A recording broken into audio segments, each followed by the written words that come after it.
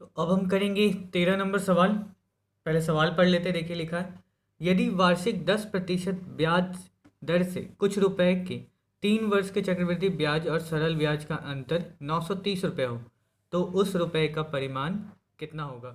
तो यहाँ पे दोनों ब्याजों का अंतर दिया हुआ है, ब्याज दर दिया हुआ है और समय दिया है। अच्छा, दोनों में जो प्रिंसिपल है, मूलधन है, वो दोनों बराबर है, तो हमें वही पता करना है। तो चलिए पता करते हैं, शुरू करते हैं। यहाँ पे सबसे पहले हम मान लेते हैं, माना जो मूलधन है वो P रुपए है और समय समय जो है वो है 3 वर्ष। ब्याज दर 10% और चक्रवृद्धि ब्याज और साधारण ब्याज में अंतर 930 रुपये। अच्छा, अब हमें पहले दोनों अलग अलग करके निकालना पड़ेगा। तो पहले सरल ब्याज यानी साधारण ब्याज निकालते हैं। साधारण ब्याज यानी SI PTR डिवाइडेड बाय 100। तो यहाँ P तो P है, T 3 है और R 10/100, यानी ये हो गया 3P/10 रुपये। ये हो गया क्या, साधारण ब्याज। साधारण ब्याज हो गया। अब हम निकालेंगे चक्रवृद्धि ब्याज।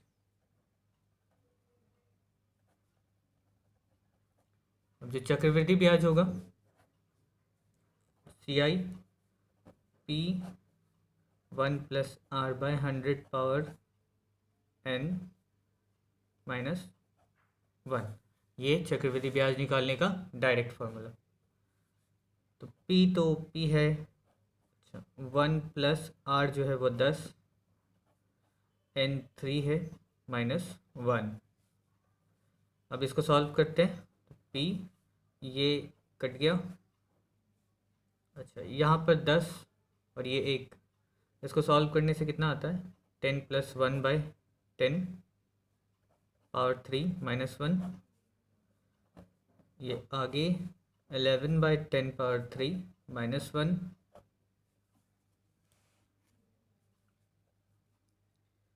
फिर P, अच्छा इसका क्यूब करेंगे। 11 का क्यूब होता है 1331, 10 का क्यूब होता है 1000 -1। इसको ऐसे ही आगे सॉल्व करेंगे तब फिर, अब इसमें माइनस करते हैं तो कितना हो जाएगा, ये 1000 और ये 1331 -1000। इसे हम लिख सकते हैं P इंटू 331/1000। ये हो गया इतना रुपया CI।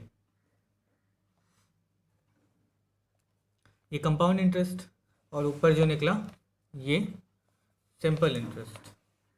अब इन दोनों में अंतर जो है वो कितना होगा, उन दोनों में जो अंतर होगा वो होगा 930 रुपये। तो हम प्रश्नानुसार वही आगे करेंगे। तो अब लिखते हैं प्रश्नानुसार CI -SI बराबर 930। अच्छा, पहले CI क्यों, क्योंकि CI जो होता है वो SI से बड़ा होता है। पहले साल में दोनों बराबर होते हैं, लेकिन दूसरे साल के बाद से CI बड़ा होता चला जाता है और SI जो है वो इससे CI से छोटा ही रहता है। तो हम इसलिए पहले CI लिख रहे हैं, उसके बाद SI, क्योंकि इस सवाल में 3 वर्ष की बात की गई है। तो चलिए करते हैं। CI बराबर हमारा आया था P इंटू 331/1000 -3P/10, ये SI बराबर 930। अब इसी को सॉल्व करना है हमें। तो ये हो जाएगा, एलसीएम लेते हैं तो 1000, ये 331P माइनस यहाँ पे 300P, 930। अब ये हो गया 331 में से 300 माइनस 31P/1000 इक्वल टू 930।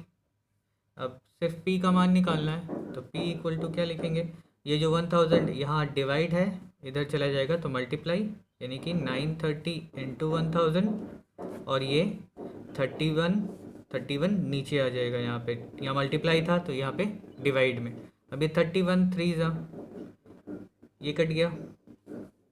अब ये P बराबर ये कितना हो गया तब 30,000।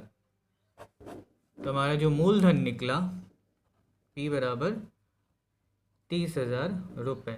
यही है इस सवाल का आंसर।